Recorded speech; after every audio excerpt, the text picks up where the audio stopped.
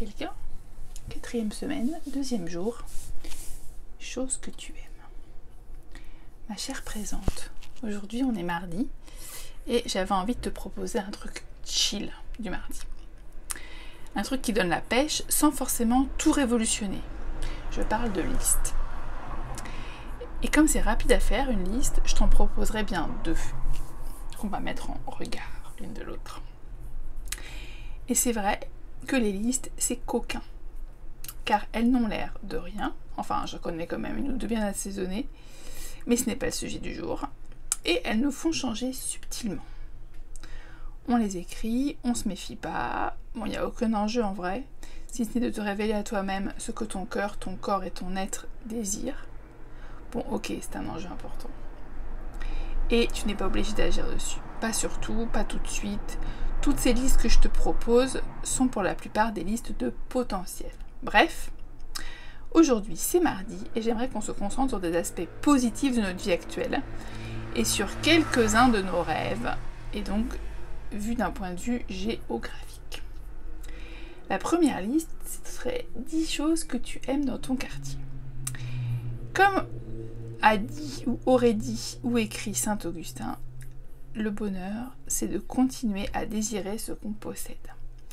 Quand tu t'es installé là où tu habites actuellement, il y a peut-être des choses qui t'ont convaincu, dans le côté pratique ou charmant, ou adapté du quartier pour ta vie et celle de ta famille, si tu en as une. Et peut-être que toutes ces bonnes raisons qui t'ont plu dans ton quartier, tu t'en rappelles plus trop, ou tu les vois plus, ou bien il y en a des nouvelles qui sont apparues que tu ne voyais pas le jour où tu étais emménagé. Et donc, recommencer à voir là où on habite et se concentrer sur l'aimable, voilà le projet du jour. Donc je te propose 10 choses que j'aime dans mon quartier. J'aime la chapelle Saint-Marc qui est presque en face de la maison, que je trouve très accueillante. J'aime les serres, le gymnase et le stade. Attends, je ferme la fenêtre, il y a trop de bruit. J'aime les serres, le gymnase et le stade qui jouxtent notre maison. J'aime les ponts par-dessus la voie ferrée qui m'amènent à Vanves à la nuit tombante ou tombée. J'aime les herbes sauvages qui poussent dans tous les interstices. Même l'année dernière, il y avait carrément un figuier qui poussait au travers d'une grille d'égout. J'aime notre épicier chinois où je vais faire mes courses tous les 2 jours. Et j'aime la nouvelle boulangerie où je vais, qui est un peu loin, mais qui fait du pain et des gâteaux, mais trop bons. Et leur brioche feuilletée, oh yo yo. J'aime le garage Citroën, presque en face de la maison. Comme la chapelle Saint-Marc, c'était l'un des lieux où allait ma grand-mère. Et les visages du garagistes me sont familiers et appréciés parce qu'on se croise vraiment plusieurs fois par jour. J'aime bien nos 3 voisins immédiats, les 2 de chaque côté et mon ami qui habite en face. Plus généralement, j'aime le fait de dire bonjour à plein de monde quand je me balade. On se reconnaît car on se croise souvent. J'aime qu'il y ait plein d'arbres, plein de jardins. On est en ville, hein, et quand même je pense souvent à l'invitation de ma grand-mère lorsqu'elle y habitait et pas moi. Elle me demandait « Est-ce que tu veux venir respirer le bon air de Malakoff ?»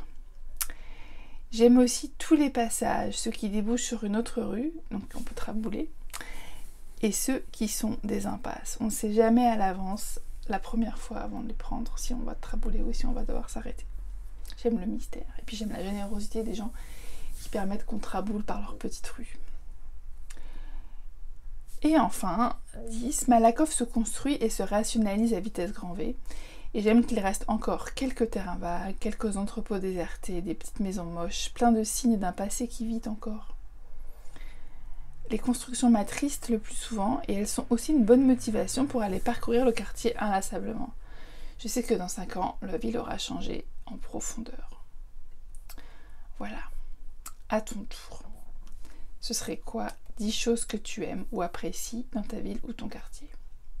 Petite note, j'ai trouvé les 5 premiers faciles, puis après j'ai dû réfléchir pour les 5 suivants.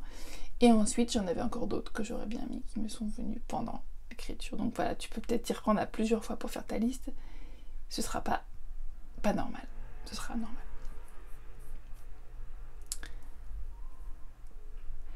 Et c'est encore plus intéressant à faire si tu te dis que t'aimes pas ton quartier. Parce qu'il y a forcément des trucs qui sont pratiques, qui sont appréciables, etc. Bon explo. Deuxième liste, on voyage par le papier déjà. Alors, je ne sais pas si tu as suivi la semaine dernière, mais il y a Jean-Marc Jancovici, là, le spécialiste du climat, qui a exhorté à ce que les humains occidentaux ne fassent pas plus de 4 vols par vie humaine en avion pour limiter notre empreinte carbone. Alors évidemment, moi j'ai explosé ce seuil et j'imagine que chacun de nous l'a explosé. Mais bon, c'est pas grave. Je te propose quand même d'imaginer 5 merveilleux voyages que tu aimerais faire. Ça peut être des voyages dans la ville d'à côté, ça peut être des voyages en France, ça peut être des voyages en Europe, ça peut être des voyages au bout du monde. Là, on est en train de faire la liste. On peut aussi se dire qu'on ira quand même en avion, qu'on ira en bateau, qu'on ira par le train. Enfin, il y a plein de façons d'aller voyager. C'est juste que peut-être maintenant, on est invité à prendre un peu plus notre temps. Donc, on s'est concentré tout à l'heure sur le très très proche de nous, le quartier, et maintenant, on va se concentrer sur le lointain ou le très lointain ou le très très lointain. Pour 5 beaux voyages. Alors, les miens. J'aimerais passer 1 an au Japon. Y vivre les 4 saisons, y randonner dans plein d'îles et plein de campagnes et plein de villes et apprendre des techniques, prendre le bateau, le train, plein de moyens de transport. J'aimerais faire la randonnée de Stevenson dans les Cévennes avec un âne.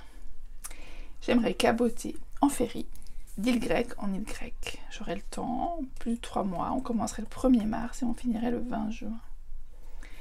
Et enfin, j'aimerais me balader tranquille en Scandinavie, donc à passer d'un pays à l'autre pour voir les différences, l'été, passer les 2 mois d'été ou 2 mois et demi.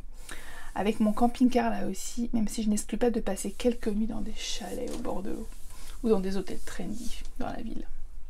Quel beau voyage et quelles années bien remplies. Et j'ai oublié le Mexique en septembre, octobre, novembre et la traversée des États-Unis, toujours en camping-car. Donc j'ai de quoi faire au moins des voyages pendant 7 vies. À ton tour, 5 voyages, ou 6 ou 7, près ou loin, qui te font rêver. On part de tout près et on va très loin, ou pas forcément si loin, mais nos rêves demandent à être nourris. Bonne journée, bonnes explorations géographiques dans ta tête.